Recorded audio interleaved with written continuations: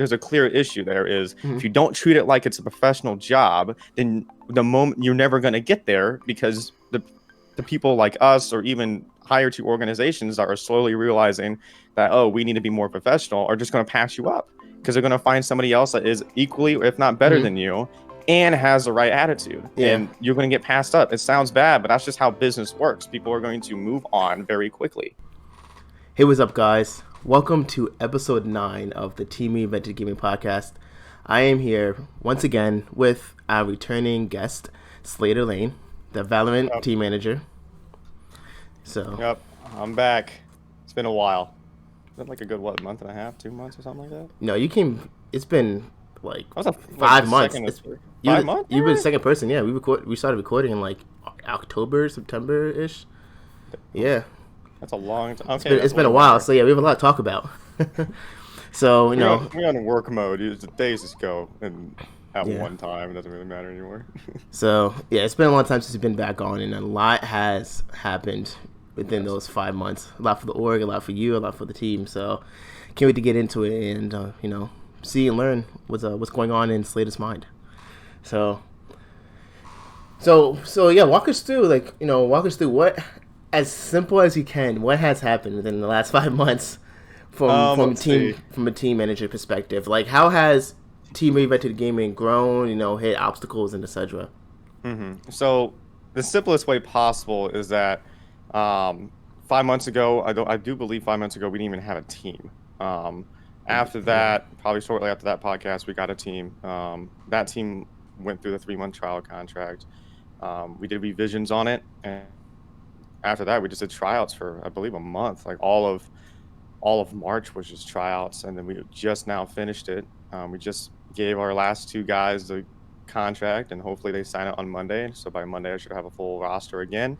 But yeah, that's like really quick and simple terms. I guess the biggest obstacle they went through was just finding that right talent, and then also understanding like what's the balance between the player and the organization. Like obviously the players can't run the entire team, and obviously I can't be a hardcore dictator. Like I can't do that, right? So what was the balance? And that was kind of the difficulty. It wasn't super difficult, but that was definitely a hurdle to go over. Was what is pushing too far, what is not pushing too far, what's lenient, what's not lenient, what am I going to whack somebody's head about, what am I just going to let slide and go whatever, like kind of like choose your battle type of thing. It's like, okay, that's not a big deal, that's nothing's going to be that, or that is a big deal, we got to stop that out as much as possible. And the last 5 months, that was a good like training, I guess, or not. I want to say training. It was a good way to figure out like how do I teach certain people, because Rival has a different teaching method than Tonky, Yeah. and then now Wham's on the team. Now he's a different teaching method.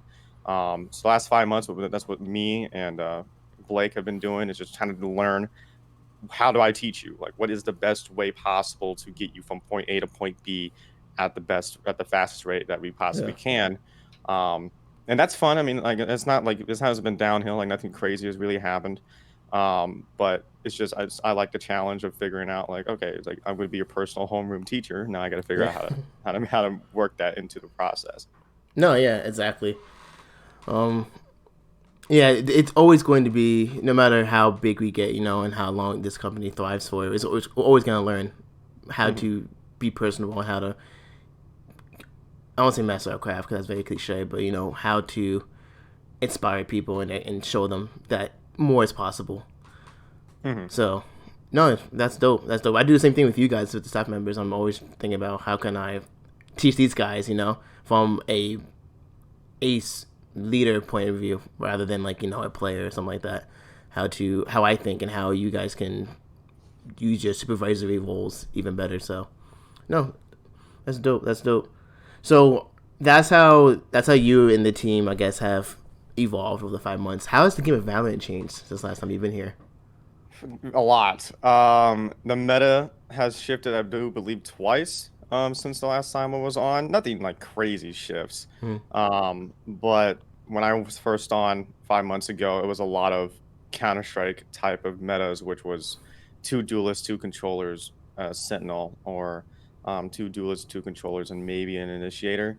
Now we're moving to, I've seen triple duelist setups, I've seen triple Sentinel setups, I've seen um, even to the point where people are just completely dropping the duelists and just going full on controller, sentinel, initiator, and just doing a heavy defense game. And I'm liking what I'm seeing because that's allows multiple teams to not have like a set meta. Because 5 months ago, the meta was still new, like the game was still trying to pick up and stuff like that, right? Like Valorant's almost a year old now. Mm-hmm. So 5 months ago it was just Counter Strike. That's like most people that were playing were Counter Strike vets. And then Counter Strike, it's a very clean cut black and white meta. You buy this weapon, you play this way because that's been happening for the last 20 years. Valorant is so new that every time a new agent has come out or something like that, or not even a new agent, just somebody, maybe some region like the Korean region has figured out that hey, we can just drop the duelist and just go full on sentinels and initiators and still rock it and use our initiators as like breach as an entry fragger because he has 3 flashbangs now. And I like that because it allows teams to do more, and you don't. It makes it exciting for not just a viewer, but for Mm-hmm. also the player and me. Is like, okay, I don't have to sit here and just be brain dead and go, okay, we'll just run forward. Yeah. It's okay, we gotta have to think, and then every it's almost like every game is a new challenge because Mm-hmm. I don't know what that team's gonna do. If that team comes up and they have a triple duelist setup, they're gonna play completely differently than a team that has a triple sentinel setup or Mm-hmm. a triple controller setup. And I like it because it makes me and the team think very quickly. And a little bit more just strategy goes into play of like how can we beat this team when we face teams that are like this in the future. How do we stop that? How do we basically make their pro into a con? Yeah. Um, and with that, I mean, Valorant has done some buffs here and there, nerfs here and there. And I believe they're on a really good path. Like I know some people are complaining that the agents are getting a little out of control, but in my opinion, they're not because every single agent that's come out has a counter pick, in my Mm-hmm. opinion, that can be like, well, if I'm playing I don't know, let's say Astra, that's the newest one that came out, right? If I'm playing Astra, I'm looking at the Sova that's on the enemy team because that guy is going to shoot his arrow. I'm not going to hear that arrow until it yeets through my wall, and it can scan anything at once. So Sova is already a hard counter pick to me, in my opinion, if I was playing a Sova or Yeah. an Astra. Um, and that's and if they, as long as they keep doing that and they keep keeping the balance and everything is running right, add as many agents as you want. Keep changing it up because that just makes it more fun for us as in the background to be like, all right, let's get to work, get some strategy going. Mm-hmm. So as we grow, do you think? So I'm curious to this. What would so let's say we're a tier one organization, right? We get there and everything. Mm, How many people do you think we would need to add? Or how many people would you need on your team? Because no, we have Blake right now, right, as an analyst. mhm. Like, would you need anybody else? I would probably need. It was just talking about Valorant, right? Yeah, strictly like a Tier Valorant one, team. Yeah, tier one. tier one. What would Yeah. probably would happen is that we would need, I would say 2, 3 more people. I would say two. Three is like pushing it, and, Uh huh. the only 2 other people is just for us to, um, look at more demos because if we're a tier one organization, we're now allowed. I want to say allowed, but now we have access to other tier one player Yeah. demos. So that's a lot of footage. That's a lot of Mm-hmm. sitting down and just watching. And I'd rather have like a small 3-man, 4-man team that we all can sit down at one time and look at. Let's say we're playing 100 Thieves in a week. Mm-hmm. We can sit down in a day and a half, and watch all of 100 Thieves recent games, and then we can make a Yeah. strategy, go to the team and say, hey, we're working on this for the next week because you're about to play 100 Thieves. Yeah. This is why. Um, that would, because right now with 2 guys like me, because with me and Blake, like we're already putting in a few good hours just watching the players' demos. If we got the tier two, or not even tier two, like, oh yeah, like 100% talking about tier one, then oh yeah, we have Yeah. so much footage we got to go through. I need some more manpower Okay. just physically for that, and that would really be much it because after that we can pretty much run it how we're doing right now. Um, Mm-hmm. maybe with just for the Valorant side at least. Like obviously the social media side we need to grow up a little bit. Oh yeah. Yeah. That's But for my side, like 2 people, maybe three, like a team of 4 or 5. what. So Um, like one coach and like three other analysts. Yeah, pretty much, Okay. and I can honestly, because I can roll back into the hardcore manager role, so that will let me do all of that. We can hire a Supervisory. coach that can take over that position on me, and then Blake and then 2 other guys can Yeah. basically watch majority of the demos. Obviously, I would rather have all of us watch it at one time, just so we can have all of our brains thinking at Mm-hmm. one time. But if I'm busy and the coach is busy, we at least got 3 eyeballs on a Yeah. demo. And also those 3 eyeballs can watch a completely different demo, so we can have for example, Wham, Tonky, and Rival all having all their demos run at the same time, and those guys can send me notes and say like, "Hey, this is what they need to work on," Yeah. or they would actually send the coach notes because he would Yeah. be coaching them at that point, and it would just be more streamlined. Yeah. Okay, no, I'm just asking. I have to ask you things so I can Hmm. prepare financially for the future now. But yeah, man, that's what I'm doing. That's where I'm at right now. Like I'm trying to picture what I want the org to be at like a professional tier 1 level, right? And I'm trying to Hmm. make sure I have the dots are just connecting, and I'm feeling that I'm leaving placeholders for what spots need to be open and everything. So that's why I asked that question and everything. Just wanna try and trying to shape some stuff. But enough about me. So no, that's great. So team manager. So no, I talked about this on the Vote to Pro League episode I just put out yesterday. Don't know if you saw it yet, I'm but not. No, I've okay, I've been running around all day. okay, yeah, it's a sketchy. It's not sketchy. I'm not gonna say it's sketchy, but it's a lot more realer than I have been in the past. Hmm. And when you watch it, you understand what I'm saying. But one things I talk about was we're in a time now of just mundane tasks. Like I told you guys, April, May, June is pretty much going to be just daily routine of operations. So, what are your thoughts on that? And how's that play into your work life balance? I mean, it's just kind of, it sounds cliche, but it's just a grind. That's really what it is. Is you just have to wake up every day and make sure you have a plan. And sometimes plans take a minute, like especially like during the tryout phase. I would just wake up and look at my phone and see how many interviews I have that day with other players, and I'll do the interviews. They didn't show or they didn't show, and whatever, like however it turned out, I'll do the dual process and then move forward. And I was just on a day-to-day basis over and over and over again. And I would send the demos over to Blake, and me and him would watch the demos, and then we'll go over it again.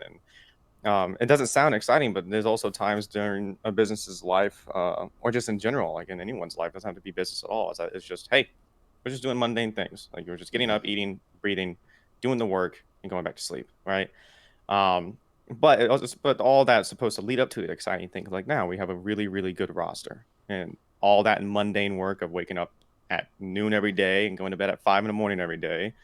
That was work. That was mundane, brain tiring, taxing. But now at the end of the result, I have 5 members that I know for a fact are gonna go pretty fucking far, Yeah, and that's what I'm looking for. And like on your end, it's like yeah, it's mundane tax. You wake up and you do like taxes. You look up and you do like all that, right? Well, at the end of the day, you're like, okay, cool. I like everything works. Like this is yeah, the exciting moment of like everything's filling like filling together. And sometimes with the mundane task and stuff like that, you just have to get through it. It is boring, but mm, hey, at the end of the tunnel, that's what you're shooting for. yeah, And my end of the tunnel was having those 5 members that I'm hoping. Obviously, I say hoping, but it sounded like the two guys we had an interview with them yesterday. They sound like they're going to sign it. One of them was asking how quickly can he sign, so I'm yeah, pretty sure he's going to sign. Um, but that was the end of the tunnel. Is just, you kind of have to understand the game and the end goal and just keep moving forward. yeah. So you said something crazy. Well, you didn't say anything crazy. I'm being overzealous, but interviews. Let's talk about interviews because me and you have so many interview Oh my stories. god. So tell the audience if they're players, guys. If you are watching, you're a player Yeah. or Okay. you are trying to be on a team. Please listen to the next 37 seconds of what he's going to say. Maybe longer because I like to rant. Probably All longer. right. So listen, if you're out there and you're doing all trying to be a player, congrats. But I have one advice for you. If somebody asks you for an interview, there's two things that's going to happen. Okay. One, I'm not going to tell you that the interview is coming up. We've already said the schedule. Like if you say I want an interview at 3 p.m. on Wednesday, I'm expecting you to message me at 3 p.m. on Wednesday saying I'm ready for the interview. That's how life works. Go to McDonald's and ask for an interview. They don't remind you. They just say, hey, come on, 3 o'clock. You ain't there at 3 o'clock. They move on. That's just how it is, right? That's how we're treating it here, is that we're trying to make it a little bit better. Secondly, if you're going to be on an interview, put on your best behavior and don't expect basically what I'm trying to say is like you're not in a position to negotiate. I don't know who you are. Like unless you're Shroud tens, you aren't. I don't know who you are, and that's the problem, right? And that's the biggest thing I see in the United States is that a lot of egos come through in interviews. Like they're like, "Well, I'm the best player, and I don't need." It's like they kind of like blow me off and stuff like that. It's like, okay, then you're not even going to get a tryout, and they expect to get a tryout after that. It's like, what are you talking about? You just basically cussed me out politely. Like, Yeah. there's no way I'm giving you a tryout after that. Yeah, but the biggest thing is just show up. I don't know how many times, like I've told Dorian many, many times. I've had one on some days, 10, 12 interviews, and that's I do every interview in hours. So I wake up at noon. I have one at 1, 2, 3, 4, 5, like all the way until like damn near midnight, right? I've had 8 people not show up. And it's just like, why would you message me? Like, Yeah. why take the time out of your day to message me and say, hey, I want to set this up? We set it all up. And I'm not saying it takes a long time to set up. It's like a 2 to 3 minute conversation, but it's still enough brain power to like you have to communicate with me, right? Took all that time out of your day, 2 to 3 minutes, or whatever it was, and then not show up. And it's like I understand interviews aren't the norm, but hey, it's an interview and it is an interview. There's a reason why we have it there. There's a Yeah. reason why we have that in process. And yeah, I mean, we got some funny stories on interviews. Like I've had some people just way out there. I've had some great interviews though. Like I've had really, really good people come through and they understand why the interview is there. So it's not Mhm. all bad, Yeah. but biggest thing about interviews is show up if you tell me you're going to show up because I'm not waiting. If it's at 3 o'clock, 3:05, I moved on because I'm looking at other people. I'm looking at other things. And then secondly, don't act like you know everything because again, if you're not Shroud, you're not Tens, and if you're not Hiko, you're trying to get up like everybody else, right? And I'm not saying I'm the all god for CNI, but be realistic. What is your skill level? Where are you at compared on the spectrum? Like you have to be Yeah. realistic. If you're not Hiko, if you're not tier one, and I mean this sounds bad, but it's like if you're why are you speaking to me if you think you can be tier one? Like if you think you can shoot for higher, contact Liquid. They have their email out there. They contact 100 Thieves. They have their email out there, right? But you're coming to me, meaning that you still need training. You still need to be up on the ladder and stuff like that, which I'm willing to provide as long as you don't, spit in my face about it. You know what I Mhm. mean? And it comes down to this, people have to understand that esports is a professional job, right? No matter if Yeah, you're you're trying to make a 18 career or out you're of it. 30, and it has a stigma of not just from people outside of the industry, but also people within the industry that like it's not a real job, right? Like it Yeah. is. And I think as a business owner, like I'm trying to establish Team Reinvented Gaming as, hey, we're a professional company. We're an actual business, not a clan, not some 5 man. Like, we're an actual company. Yeah. And I want us to set the standard for what the norm should be in the industry. As these new teams and these new orgs start to come into existence, I want them to look at Team Reinvented Gaming and be like, okay, this is how they're doing it. This is working. This is what we're going to emulate. And Hmm. these especially these 18-year-olds, nothing against these young kids, but if you're younger, you probably don't understand that like if you have to treat playing video games, streaming, YouTube, whatever, as a real job because Yeah. it makes real money and it has a real effect on people's lives. Well, I mean, So it's the biggest thing because in me, it's a lot of hypocrisy that comes through, right? Like they say, I want to make a career. Do you understand what a career is? A career means that you can financially stabilize or benefit off of whatever you're doing, right? So if mm, you're saying I want to be pro in esports, you want to you want to have a career in esports. So that when someone says I want to become a professional Valorant player, in my brain that immediately hits going, I want to be able to wake up every day and play a game for a living. yes, That's literally what you're trying to do. But in order to do that, that's a job now. Now, granted, I understand people, if you enjoy the game, it doesn't become a job. Like yeah, managing, I enjoy semantics. managing, so it's not a job to me. I don't like wake up and going, oh, I can't believe no. I love doing what I do. So it doesn't become a job. But at the end of the day, it still is. I still have to be professional. I still have to show up on time. I still have to do my work, right? Same thing if you're trying to be a professional Valorant player, is it's you say people don't treat it like it's a real job, but then in the back burner, they're like, well, I want to be a professional. Well, how you can't there's a cross there. Yeah, There's a clear issue there is mm-hmm. if you don't treat it like it's a professional job, then the moment you're never going to get there because the people like us or even higher to organizations that are slowly realizing that we need to be more professional are just going to pass you up because they're going to find somebody else that is equally if not better Mm-hmm. than you and has the right attitude Yeah, and you're going to get passed up. It sounds bad, but that's just how business works. People are going to move on very quickly, yeah, and more so especially in esports. from newer organizations. Like I have to, if somebody, so for example, the 5 players on a team, right? The Hmm. grinding, they want to be professional Valorant players, etc., etc. And this goes for any game, by the way, guys, not just Valorant. But we use Valorant as an example. Like they want to wake up and not have to worry about anything but playing Valorant and do that for a living. But also on my shoulders, I have to make sure they are even able to have that lifestyle, you know. It's not like it's all on you guys. It's also on the business as well. But you have to meet each other halfway. Like Yeah, one hundred you have to percent. meet each other halfway, and it's not an easy thing to do. Um, but it has to happen. So Hmm.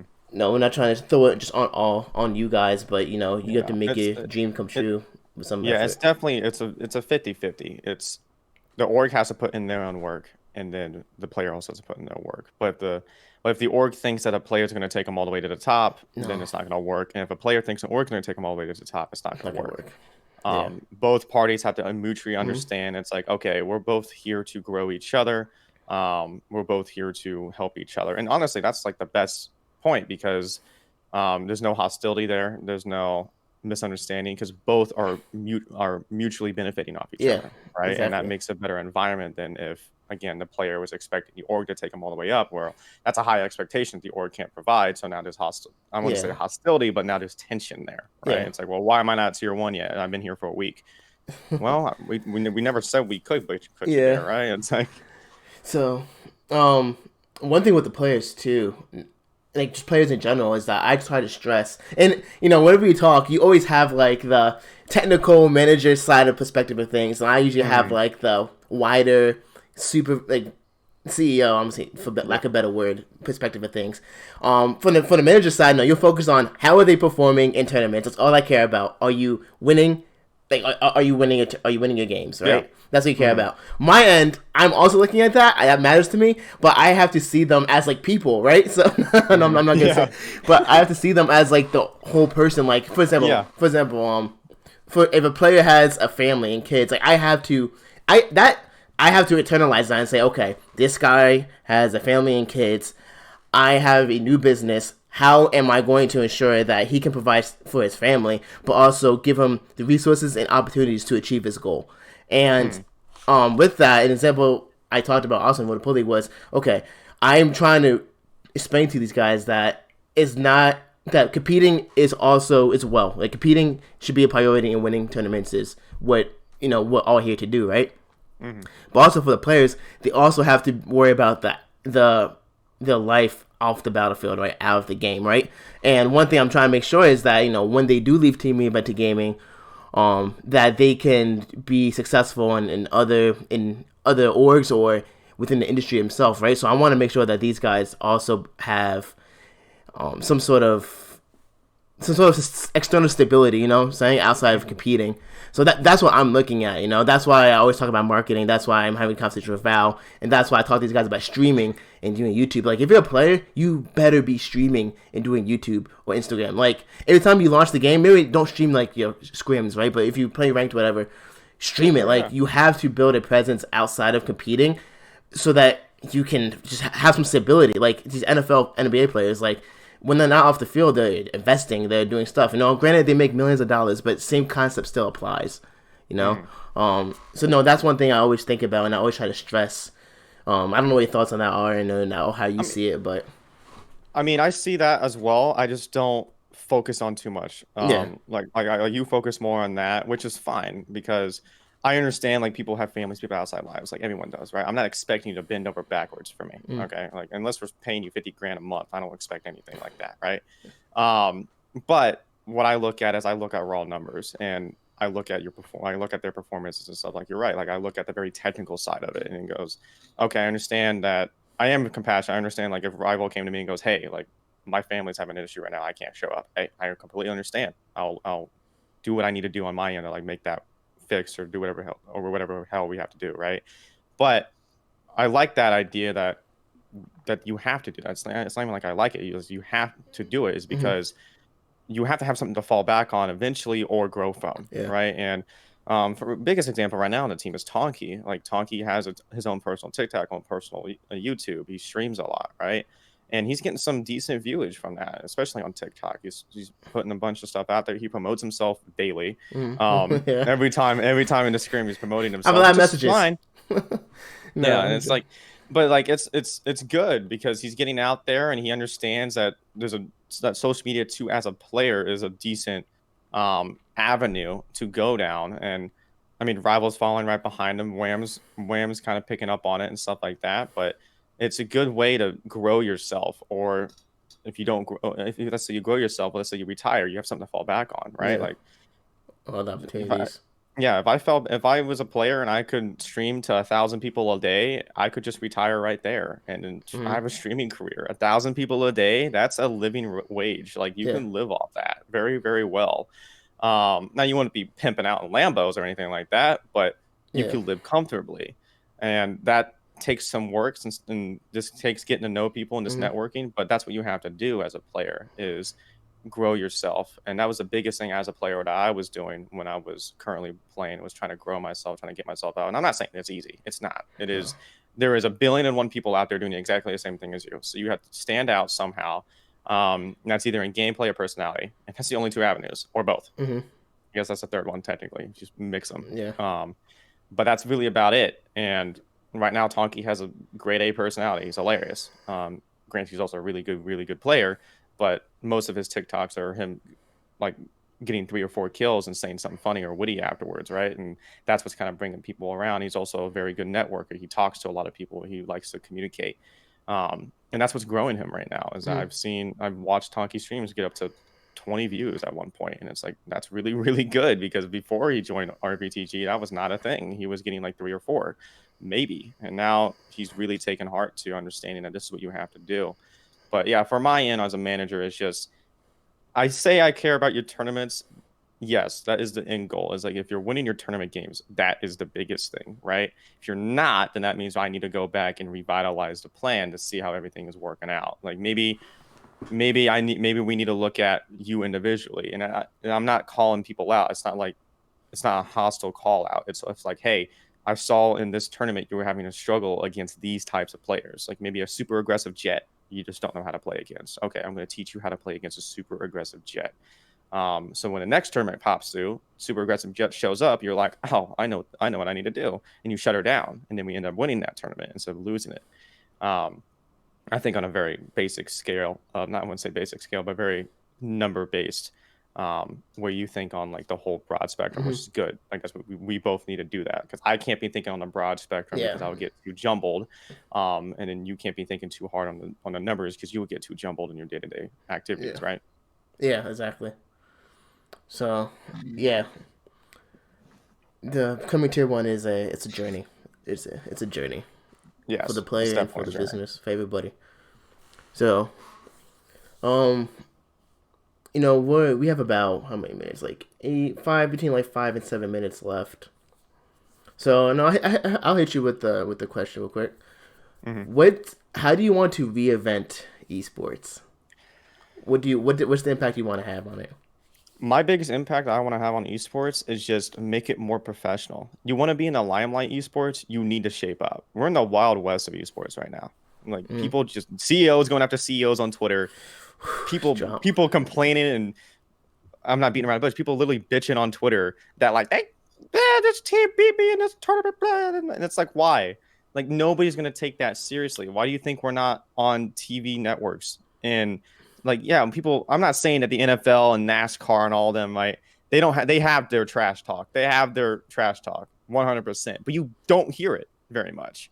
The only time you hear it is you have like backstage passes, or you're on the field, or you're or I don't know, for NASCAR, like they give you like the Yeah. up on it, and you hear the drivers cussing each other out. But on a day to day basis, you don't hear that. You don't hear about the drama in the Mm, background, and that's what we need to get to. Is like, hey, you need to have a more professional standing, and for that to be that, you can't be going after people. Like, yes, the drama is fun sometimes. I'm not saying I don't get sucked into listening to the esports drama, but at the end of the day, it's like it's just drama. It's just two people that make $1 billion pretty much in a day yelling at each other. Why? Why do we need that? And that's why a lot of people, I would say the older generation that still run majority of the media, like a lot of the TV networks like ESPN and stuff like that, like they're not young people. They're still people that are like in their 40s, 50s, and 60s, right? They're looking at that and going, that's too of a high risk factor. Like there's mm-hmm. just like that guy could say something crazy on the air Yeah. and that entire thing goes down, right? And that's why we're not being taken serious, because that has happened even here, even on Twitch streams. People have said the craziest shit on Twitch streams, get banned or put the organization in jeopardy of getting Yeah, of going under because some guy said the N-word or something like that, yeah, or some crazy crap like that, right? And it's like, we can't control that, then we're going to stay in the same position we always are. And that's where I would like to have an impact. And I'm not saying I could single-handedly change it. That's not happening, right? I know for a fact I can't single-handedly change it, but a group of people, um, RVTG, like being an influence to other people, other groups, right? That can get the ball rolling. And obviously, I'm not saying this is going to happen in the next year and a half. This could be 10, 15 years down the road by the time this really happens, right? But that's what I want to have an impact on, is making it more professional, getting it into the spotlight and saying, hey, you want to be as big as NBA? You want to be as big as like as soccer or anything like that? You have to shape up. You cannot just go after people and yeah, say whatever the hell you want, because we're going to sit here in this Wild West form forever if that's how it's going to be. And I'm going to, it sounds harsh to say it, but eventually esports will die yeah. if If it we stay continues, like this. yeah, that, And that's just how it's going to be. yeah. One thing I don't tolerate is drama. I Oh hate yeah. like you guys know this. I say this all the time. I hate Mm-hmm. social media drama. Yeah, I don't know why people do that, man. Like I don't like it's. Man, I was gonna say it's not that serious, but like I guess it's not that serious. Like if we get beat by a team, I'm not gonna freaking tweet Nate shot be like like something stupid like Yeah. that's so dumb. Like from a business standpoint, from a professional standpoint, like you just burned that bridge kind of, you know.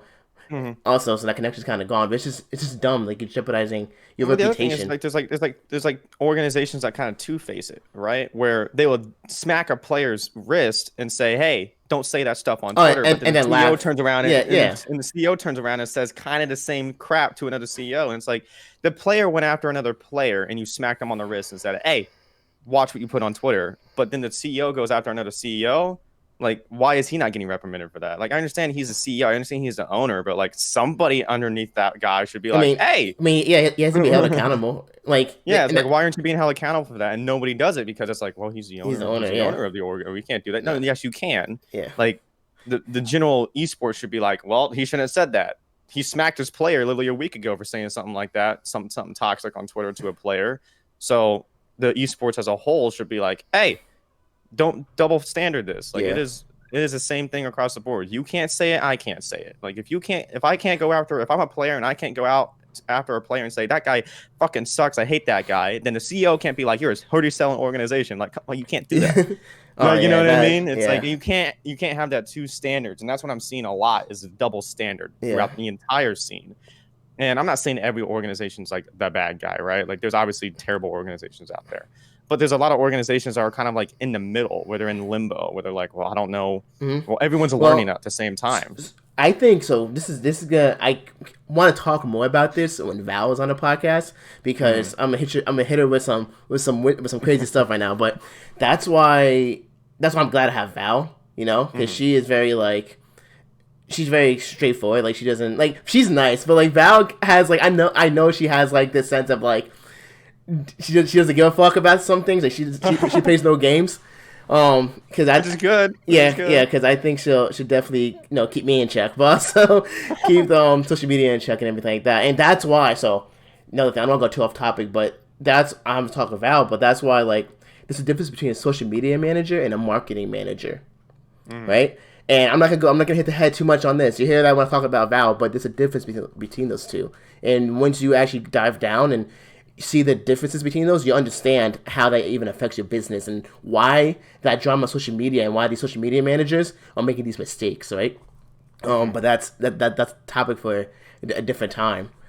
But wrapping up here and everything, where can people find you if you want to learn more? You know, they want to reach out to you. Even you do coaching as well, right? So if you want to get Yeah. So coached, the best way to reach out to me is either through Twitter at I'm Vixley. You can just hit me through there, and then you can also find me on Twitch. I'm not a religious streamer. I don't stream every day. Like I kind of just get on when I can, and if I'm not busy that day or that night, then I'll hop on the stream. So don't expect me to be like, oh, he streams every day. No, I have a kind of schedule, like Monday through Saturday, but it's sometimes it's like, hey, I get busy and I just can't do it, right? You'll also find me on YouTube at I'm Vixley as well. I sometimes post videos there. But if you want to get to coaching, just hit me up on Twitter or join the RVTG Discord. and you can hit me up right there because I'll listen. I'll hear that way sooner than a Twitter message. I'm going to be honest because I might have grown up with social media, but I am so old school. I rather talk face to face with you. I rather like take you out to lunch, dinner, and talk about whatever. Like I'm not a big social media guy. So if you shoot me a Twitter DM, I'll probably see it eventually, maybe a day. But join the RVTG Discord, you can immediately message. I'll pick that up very, very quickly. Yeah. So I just say yee on podcast, but um, no, that's great. But Slater, thank you, for being here, man. Glad to have you back on. I can't wait to Yeah. see. We have a full roster. We're going to be signing, in a couple of days, and we'll be ready, man. We'll be ready, and I I'm can't wait so to see how those guys perform. I'm excited, I and we're know. definitely I'm going in the right so direction. ready.